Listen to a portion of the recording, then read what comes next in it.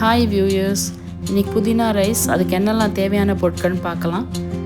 புதினா, வெங்காயம், பச்சை மிளகா, சிவப்பு மிளகா, வேக வச்ச சாதம், எண்ணெய், உப்பு, உளுத்தம்பருப்பு, கடலைப்பருப்பு, வேர்க்கடலை, எலுமிச்சம்பழ ஜூஸு, கொஞ்சோண்டு அலங்கரிக்க, கொத்தமல்லி கட் பண்ணி வச்சுக்கோங்க. ஒரு மிக்ஸி ஜாரில் புதினா, அதில் கொஞ்சம் தண்ணி, ஒரு சிவப்பு மிளகா. ரொம்ப தண்ணி விட வேண்டாம், அப்புறம் நீங்கள் தான் கலர்ற மாதிரி இருக்கும். ஒரு கடாயில் எண்ணெய் சேர்த்துக்கோங்க. அதில் உளுத்தம்பருப்பு, கடலைப்பருப்பு, வேர்க்கடலை மூணுத்தையும் சேர்த்து கருகாமல் நல்லா பொன்னிறமாக வறுத்துக்கோங்க. வறுத்துட்டு அது தனியாக எடுத்து வச்சுக்கோங்க. சில பேர் இந்த புதினாவோட தேங்காய் அரைச்சும் சேர்த்தும் அரைப்பாங்க, அதுவும் நல்லா தான் இருக்கும்.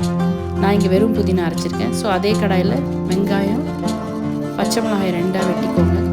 ஸோ நல்லா வறுத்தா பொன்னிறமாக வரணும், பச்சை வாசனை போகணும். அதில் இந்த புதினா அரைச்ச விழுதை சேர்த்துட்டு அதில் உப்பையும் சேர்த்துக்கணும். கைவிடாமல் கொஞ்சம் நேரம் கலர்னிங்கன்னா அது கொஞ்சம் திக்காக ஹல்வா மாதிரி வரும். சரியாக வதக்கலைன்னா பச்சை வாசனை ஒரு மாதிரி வரும். சாதத்தை சேர்த்தோன்னே ஒரு மாதிரி சலசலன்னு ஆகிடும்.